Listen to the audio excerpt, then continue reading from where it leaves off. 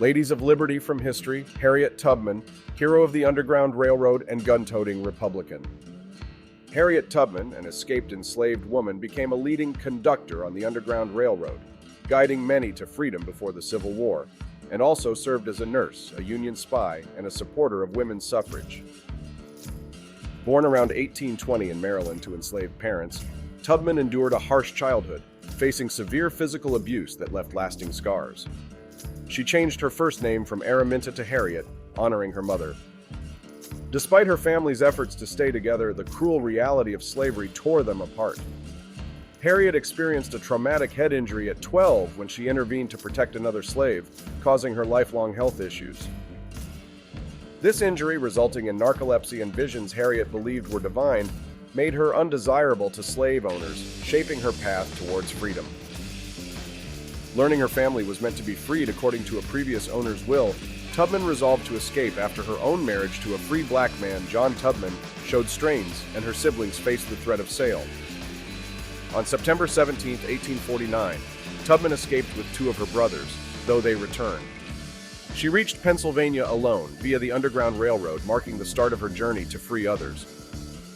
Despite her freedom, Tubman was driven by the desire to liberate her family and others, making several dangerous trips back to the South to guide them to freedom through the Underground Railroad.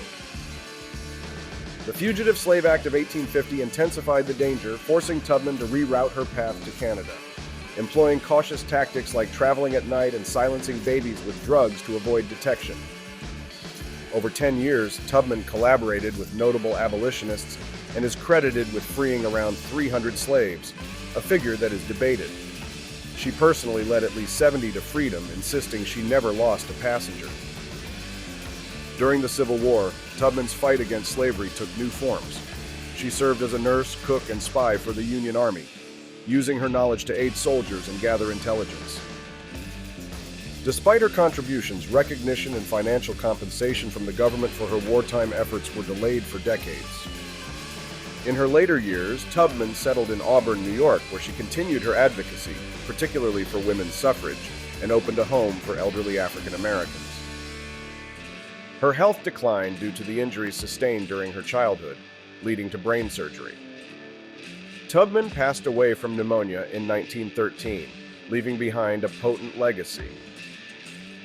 Tubman's life has been commemorated in various ways, including books, movies, and the naming of a World War II Liberty ship in her honor. Announcements to replace Andrew Jackson's image with Tubman's on the $20 bill were made in 2016, with updates from the Biden administration in 2021 to expedite the process, celebrating Tubman's enduring legacy.